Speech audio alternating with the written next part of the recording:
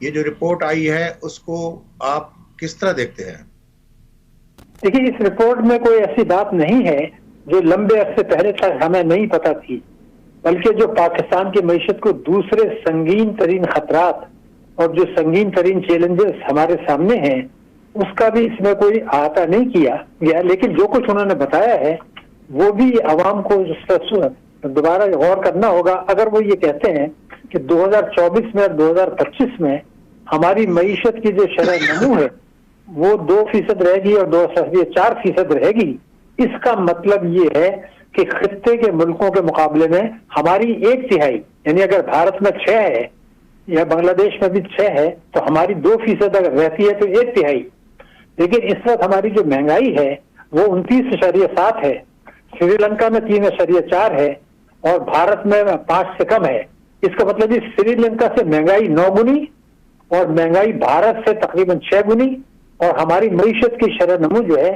1/3। ये असल चीज है, एक तो जो हमें समझनी होगी। दूसरी ये था कि पाकिस्तान के जो गरीब आवाम है उनको IMF की पॉलिसियों के तहत और जो अशराफिया की मईशत है उनके तहत हमने ये कर रहे हैं कि उनके ऊपर बोझ डाल रहे हैं, बिजली के नर्ख बढ़ा रहे हैं, गैस के नर्ख बढ़ा रहे हैं, पेट्रोल के नर्ख बढ़ा रहे हैं, जो बहबूद में मुनाफा मिलता था उसकी शरह कम कर रहे हैं, तालीम का बजट कम कर रहे हैं, सेहत का बजट कम कर रहे हैं, तरक्याती अखराजात का बजट कम कर रहे हैं। लेकिन ताकतवर तबके जो है, माफिया जो है, वो मजे कर रहे हैं, अशराफिया की मईशत है।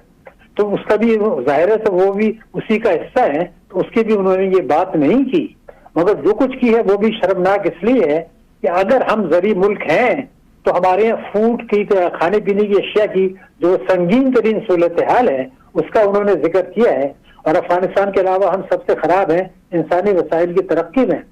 तो जो मईशत के खतरात हैं वो उन्होंने नहीं बताए, वो मैं आपको बता देता हूँ कि 2024 जो अब आ रहा है उसमें जब हम IMF के पास भी जाएंगे और उसके नया कर्जा लेंगे, उसके बावजूद दोस्त मुल्कों से कर्जा मिलने के बावजूद, वर्ल्ड बैंक से कर्जा मिलने के बावजूद हम अपने बैरूनी कर्जे वक्त पर अदा नहीं कर सकेंगे।